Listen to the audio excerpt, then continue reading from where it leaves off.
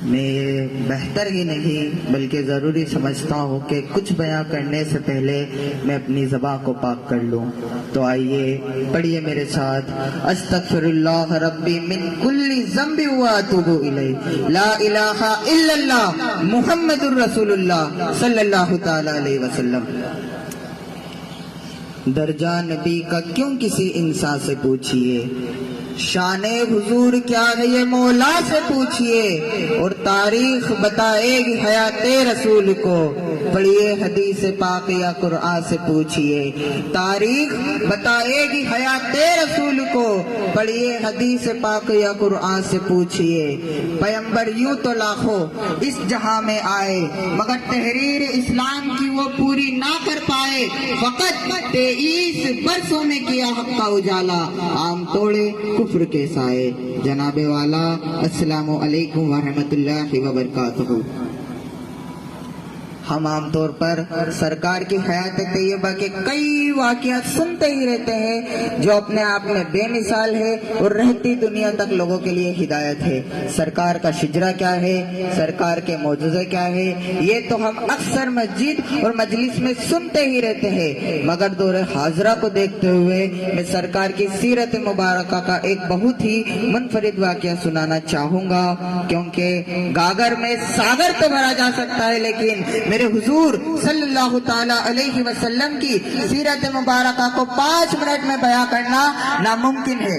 سرکار نے کیسے اپنے اخلاق مبارکہ سے لوگوں کے دل بدل دیے اور لوگوں کے حقوق کو بلندی پر پہنچایا.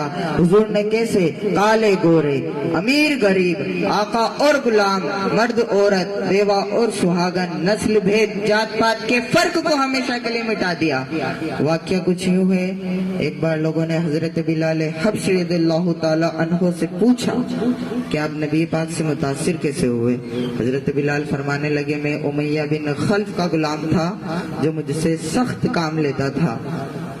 ایک دن مجھے بڑی شدت کا بخار چڑھ گیا، ٹھنڈ کا موسم، سردی ایسی کہ سورج بھی دہائی مانگے. فرماتے ہیں مجھے بخار چڑھ گیا، میں نے دن بھر کام کیا اور رات میں جب آرام کرنے کے لیے گیا تو میرے مالک نے مجھے کئی کلو جو لا کر دیے پیسنے کو.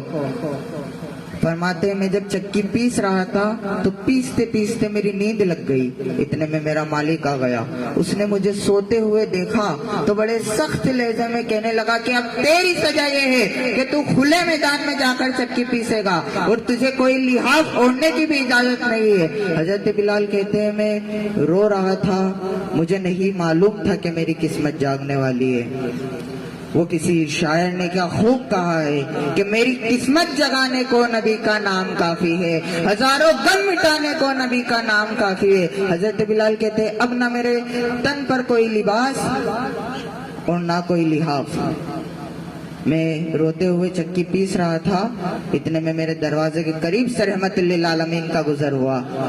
سرکار نے میری سسکیاں سنی تو اندر آئے اور پوچھا کیوں رو رہے ہو. میں نے کہا جاؤ جا کر اپنا کام کرو، یہاں دکھ تو سب پوچھتے ہیں لیکن مداوا کوئی نہیں کرتا، یہاں حقوق غریبہ پر بات سب کرتے ہیں لیکن مداوا کوئی نہیں کرتا، جاؤ جا کر اپنا کام کرو.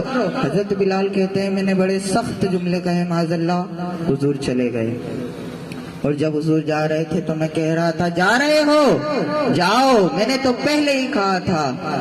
تھوڑی دیر ہوئی، رسول کریم واپس آئے اور جب آئے تو ان کے ہاتھ میں گرم دودھ کا پیالہ اور کچھ کھجوریں تھی. بلال کہتے ہیں حضور نے مجھے دودھ پلایا، کھجوریں کھلائی اور کہا جا جا کر کمبل میں بیٹھ جا. میں نے کہا چکی کون پیسے گا؟ حضرت بلال کہتے ہیں قربا جاؤ میرے محبوبہ پر. فرماتے ہیں کہ جا جا کر کمبل میں بیٹھ جا، آج تیرے بدلے کی چکی میں پیسوں گا. حضور نے چکی پیسی. یہ شان مبارک ہے میرے رسول کریم کی. اس لیے تو اعلیٰ حضرت فرماتے ہیں ان کی مہک نے دل کے گنچے کھلا دیے ہیں، جس راہ چل دیے ہیں کوچے بسا دیے ہیں، اور جب آ گئی ہے جوشے رحمت پر ان کی نظریں جلتے بجھا دیے ہیں، روتے ہنسا دیے ہیں. یہ کرم تھا نا میرے رسول کریم کا. سرکار نے اپنے اخلاق مبارکہ سے جو ایمان کی روشنی پھیلائی وہ بے مثال ہے. ایک حبشی غلام پر اتنا کرم